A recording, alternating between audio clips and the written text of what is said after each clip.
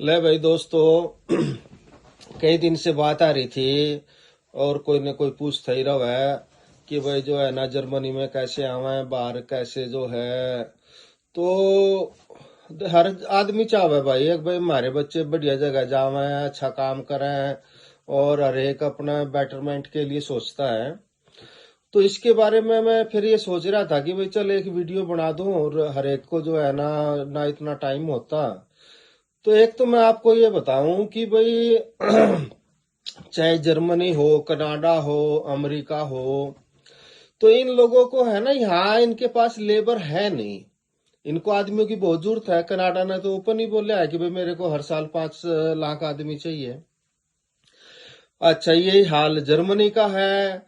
अगर आप इटली और पुर्तगाल के खेतों में से इंडियन और पाकिस्तानियों को निकाल दो तो उनके तो खेतों में कोई फसल नहीं होगी, क्योंकि जो सब्जी वगैरह की और फलों की फसल होती है उसमें तो हाथ का काम है। चलो गेहूं की है और सरसों की है, ये तो एक आदमी भी ट्रैक्टर से सारा काम कर ले। अच्छा, ऐसे ही जर्मनी में जो इंडस्ट्री है, अगर इनमें से जो दूसरे देशों के आके काम कर रहे हैं उनको निकाल दे तो इनके पास तो ऑफिस में बैठने वाला ही आदमी है। अब जैसे मैं अपना उदाहरण दूं, भाई मेरी फैक्ट्री में जो नीचे वर्कर हैं, कोई 400-500 वर्कर काम करते होंगे, एक भी उनमें जर्मन का नहीं है। सबके सब विदेशी हैं। और इनके तो जो भी है ऊपर अफसर हैं और अपना उसमें है, तो एक तो ये हो गया कि भाई इन लोगों को आदमियों की जरूरत है और बहुत ज्यादा जरूरत है। अच्छा, अब ये बात कहेंगे कि भाई जो है ना जब जरूरत है तो फिर ये ओपन क्यों नहीं करते इमिग्रेशन। भाई ओपन इसलिए नहीं करते कि इनके यहाँ पर जो है ना इन्होंने अपना सिस्टम बनाया हुआ है। भाई कोई भी आदमी है उसको भूखा नहीं रहने देंगे और जो है ना उसको मकान प्रोवाइड करेंगे, उसको दवाई देंगे। तो जैसे मतलब अपने यहाँ बेरोजगारी भत्ता है, अगर कोई काम नहीं कर रहा है या वो है तो यहाँ पर वो स्ट्रिक्टली है सबके लिए। अगर कोई बीमार है या वो है तो ये फिर ये है कि भाई जो फिर गरीब देशों के लोग हैं वो बीमार ठिमार आके ना यहाँ भर जावे, इसलिए फिर इन्होंने इस पे जो है ना प्रतिबंध लगाया हुआ है।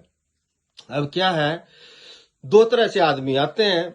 एक तो लीगल तरीके से आते हैं और एक वैसे आते हैं इधर से छुप छपा के। लेकिन दोनों को इनको पता है कि भाई जिसने यहाँ आना है, काम करने वाला है, जो सीरियस है, वो यहाँ तक पहुंचता है चाहे किसी भी तरीके से आओ। फिर उसको क्या है कि जो आदमी यहाँ लीगल तरीके से आते हैं उनका तो पहले इंटरव्यू वगैरह हो जाता है, ये चेक कर लेते हैं भाई बंदा काम करने वाला है या नहीं है। काम करने वाले की यहाँ कदर है। दूसरा क्या है, जो दूसरे तरीके से भी आते हैं उनको भी 3-4 साल यहाँ पर ही हैं, चाहे जो है ना उनसे कभी उनको परमिशन दे दी काम की, कभी नहीं दे दी। कुल मिला के इन्होंने एक सिस्टम बना रखा है। पहले तो जर्मनी में 7-8 साल लग गए थे, अब 5 साल लग गए कि भाई जो है 4-5 साल, अब 5 साल में जो है ना ये उनको पक्का कर देते हैं।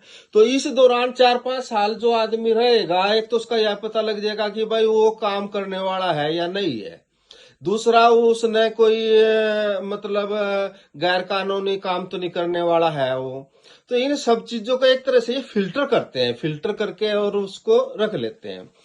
फिर तो अब मैं जो आज आपको बता रहा हूं कि भाई जर्मनी आने के लिए जो है ना कई तरीके हैं। एक तो सब मैक्सिमम लोग जो है जैसे टूरिस्ट वीजा तो है ही, उसके बाद पढ़ाई वाला वीजा है। पढ़ाई वाले पे भी जो है ना फिर कोई +2 के बाद कैसे है, डिप्लोमे के बाद कैसे है, डिग्री के बाद कैसे है, इन सब की अलग अलग कैटेगरी है। पर समस्या क्या है कि हमारे पास जो आने वाले ज्यादा आदमी हैं वो तो ये क्या है भाई, ना तो मैंने कर रखी 10वीं और ना कर रखी मैंने +2 और वह जाना भी जरूर है।